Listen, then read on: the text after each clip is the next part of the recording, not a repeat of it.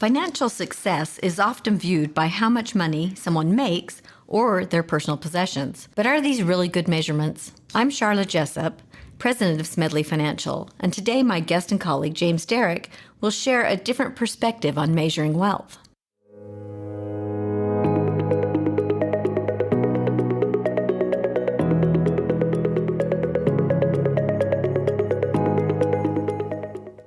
Welcome to the SFS Power Up Wealth podcast, where we provide impactful insight and expert opinions on timeless financial principles and timely investment topics, preparing you to make smarter decisions with your money.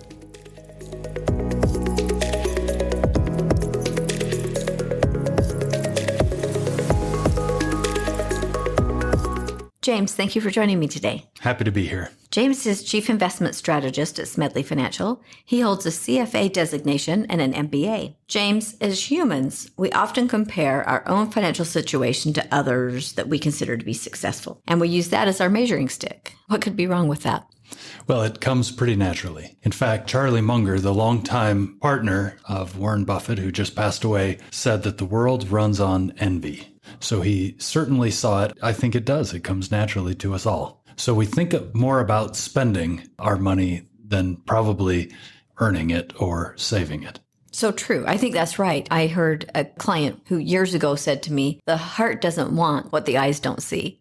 So if you're not out shopping for it or looking for it, you're probably not going to spend your money on it. Or that could be comparing it to your neighbors. So tell us about how we should look at a measuring stick, a proper measuring stick. The focus on spending goes way beyond just individuals. It goes to a national level. So GDP, gross domestic product, is a measurement of how much we are spending. It's one way to look at it. If we're making a certain amount of income and taking on debt to spend, all of that is considered economic growth, even though the debt is making us more vulnerable as a nation. So I find that fascinating. So how do we translate that to personal spending in our personal lives and what we can do? It's important just to also look at the income. And budget is kind of a boring word. Nobody wants to go there.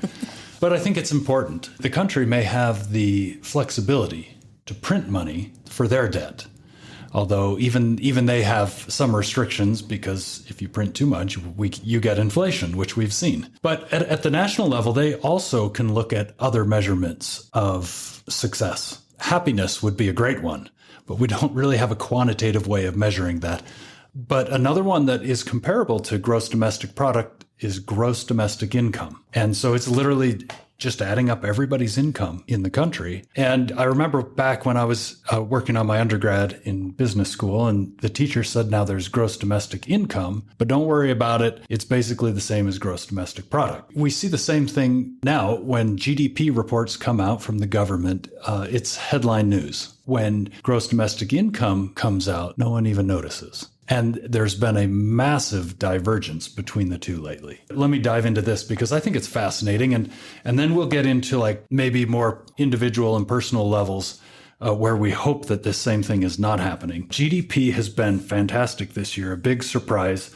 In the third quarter of 2023, GDP was 5.2%, which is a shockingly big number. GDI, the gross domestic income, was 0.4%. So the income was not growing, but the GDP was. So what does that tell us? Well, it tells us the money's coming from somewhere else. And that somewhere else is most likely going to be debt and government spending, which is also debt right now. So the economy now, according to the Atlanta Federal Reserve, GDP now is 1.2%. So it's slowing down. So GDP has been fantastic and it's slowing. And I think that's exactly what we would expect when we know that the income hasn't been keeping up and that people have been using more and more debt. Spending has been up about 3%. And so it's just not supported by the income. The gross domestic income has actually been slowing for 8 quarters in a row. So that's 2 full years where every 3 months, the income has been slowing down. Doesn't mean it's been shrinking, but the rate of growth has been slowing. And so eventually it's going to have this impact where we're not able to spend. On a personal level, the way that I would explain this is incredibly simplified, but if I make $50,000 and I spend $55,000, I've got $5,000 in debt. And interest rates on credit cards, by the way, are really high right now. Actually, the highest they have ever been, even higher than the 1980s, which stuns me because all interest rates were high back then. I make 50, I spend 55. Now I need to pay off that extra $5,000. So that would mean that the next year I would have to, again, I make 50, I would have to spend 45. So that would be like, I mean, that's not just $5,000 less than I make, spending $10,000 less than I spent the year before. Who can do that? Almost impossible. It's a massive, massive change. So when you think about it at an individual level, though, it begins to make a lot of sense why we need to watch our spending, because those numbers, as the debt gets bigger and bigger and bigger, the possibilities of paying it off are just incredibly difficult. That makes sense. People are making maybe the same payment. Maybe they're paying more than a minimum payment, and they've been making the same payment with the goal of paying it off at a certain time. But because of the increase in interest rates, the interest portion is growing at a greater rate than what they're paying it off. And now they've extended the payment on something for years. Exactly. And so you want to watch your spending. You don't want to get into a hole like that. Of course, if anybody is, I mean, there are a lot of different strategies to that. You can hurry and pay off the smallest level of debt and then once you pay off that smallest amount of debt, then you apply that amount to your next debt payment. You could also tackle the one that has the highest interest rate, which makes a lot of sense mathematically as well. The thing I want to emphasize right now is how looking at spending just is not a very responsible way of living. And we don't want to do it like the U.S. government does. We don't want to measure our success by how much we're spending. That's a recipe for disaster.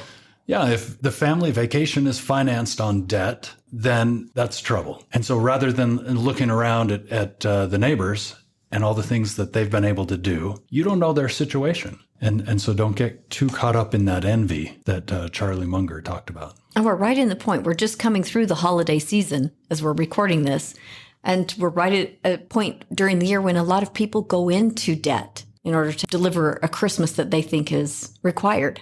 Oh, absolutely. I was driving in the car the other day listening to radio ads, and I couldn't believe all the big ticket items that they were trying to sell. I mean, it was $500 power tools and several $1,000 snowblowers. And I thought, wow, these are really big tickets.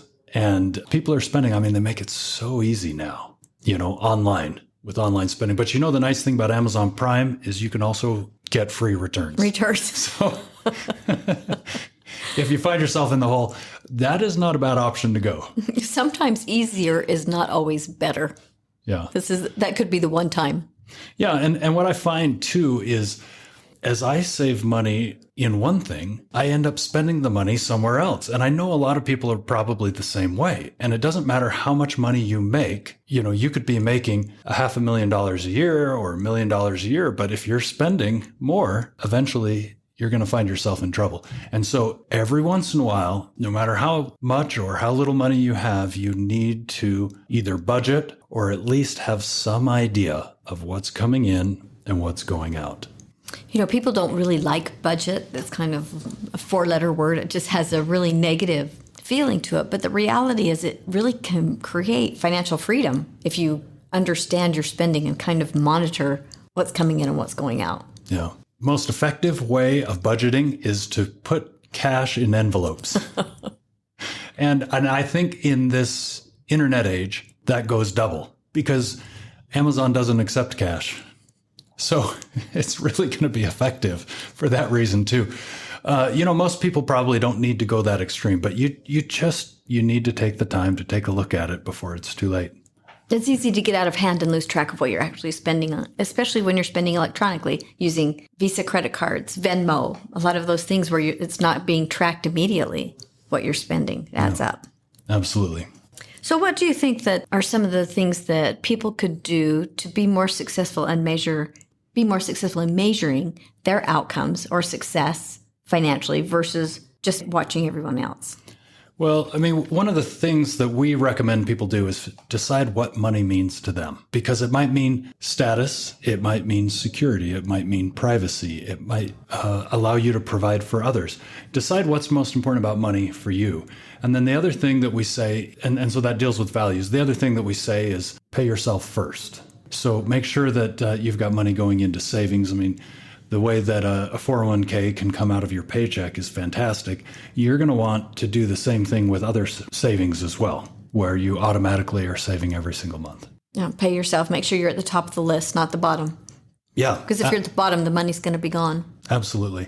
And so I think those are the most important things. And then maybe the final thing I might say is you can schedule regular meetings to go over finances with your family. Now, I don't do that, but every once in a while we do have these meetings, and I think it's important that everybody knows how we're doing and where we're at and where we want to be. I think that's great advice. And I think it doesn't matter if you're a young family starting out, a family with high school and college students, or if you're going into retirement.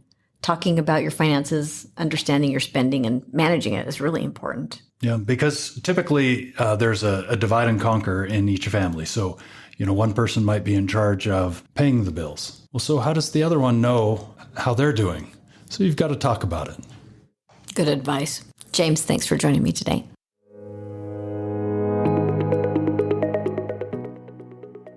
Thank you for joining the Power Up Wealth podcast. Smedley Financial is located at 102 South, 200 East, Suite 100 in Salt Lake City, Utah, 84111. Call us today at 800-748-4788. You can also find us on the web at smedleyfinancial.com, Facebook, Instagram, Twitter, and LinkedIn. The views expressed are Smedley Financial's and should not be construed directly or indirectly as an offer to buy or sell any securities or services mentioned herein. Investing is subject to risks, including loss of principal invested. Past performance is not a guarantee of future results. No strategy can assure a profit nor protect against loss. Please note that individual situations can vary. Therefore, the information should only be relied upon when coordinated with individual professional advice. Securities offered through Securities America Inc., member FINRA, SIPC. Roger M. Smedley, Sharla J. Jessop, James R. Derrick, Shane P. Thomas, Michael B. Ani, Jordan R. Hadfield, registered representatives.